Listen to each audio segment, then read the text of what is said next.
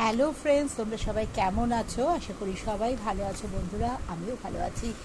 সকাল সকাল ভাবছো এই একটা খালি প্লেট তোমাদের কাছে আমি কি দেখাচ্ছি, তা না বন্ধুরা, এটা আমি রেখেছি তোমাদের সামনে। আমি কতগুলো জিনিস রাখবো, তাই জন্য এটা আমি রাখলাম। এই দেখো কি বাজার থেকে নিয়ে এসেছি। এই দেখো আম, এই দেখো, এইটা ছাড়া গরম যা, আর গরমকালের ফল হিসেবে এটা ছাড়া তো ভাবাই যায় না, তাই না বন্ধুরা? এই দেখো কি নিয়ে এসছি।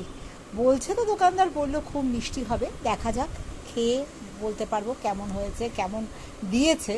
তো আমি কিন্তু এই মরশুমে, এই গরমের মরশুমে এই প্রথম আম আনলাম। আপাতত 4টে এনেছি, খেয়ে দেখি, ভালো লাগলে আরও আনা যাবে।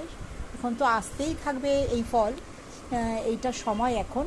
তবে জানি না কেমন হবে, তবে যা গন্ধ যা বেরোচ্ছে তাতে তো খুব সুন্দর একটা স্মেল স্মেল এখান থেকে দারুণ দারুণ একদম গন্ধটা। আমি প্রথমে ভেবেছিলাম এটা কেমন, না এটা আমের দাগ, এরকম দু একটা আমের মধ্যে দাগ রয়েছে, ওটা তোমরা জানো কাছে থাকার সময় এটা গায়ে গায়ে থাকলে বা এটা দাগটা হয়, সেটা কিছু না, কিন্তু ভীষণ সুন্দর গন্ধ আমটায়। আশা করছি ভালো হবে, খেয়ে দেখি। তোমরা আশা করি অনেকের বাড়িতে এখন এসে গেছে আম, অনেকেই খেয়েছো। কে কে ভালোবাসো এই ফলটা খেতে? আমার তো দুর্দান্ত। আর সত্যি কথা বলতে কি, গরমকালে এটা ঘরে থাকলে মুড়ি দিয়ে, দুধ দিয়ে, আম দিয়ে, ফলার আম দিয়ে, আমের অনেক কিছু প্রিপারেশনও করা যায়।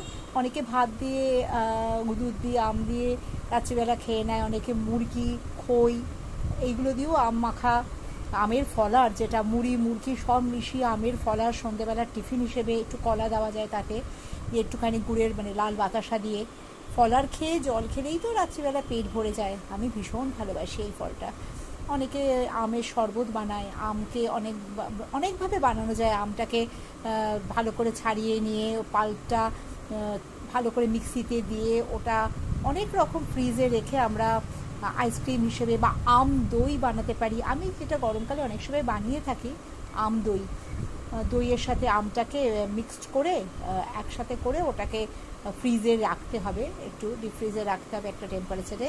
ওটা খুব সুন্দর একটা আম দইয়ের ফ্লেভার, ভীষণ সুন্দর একটা আম দই তৈরি হয়।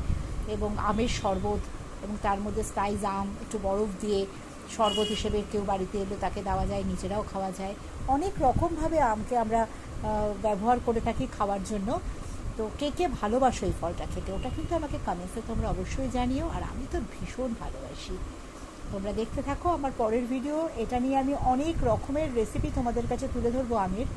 তোমরা সবাই ভালো থেকো, সুস্থ থেকো।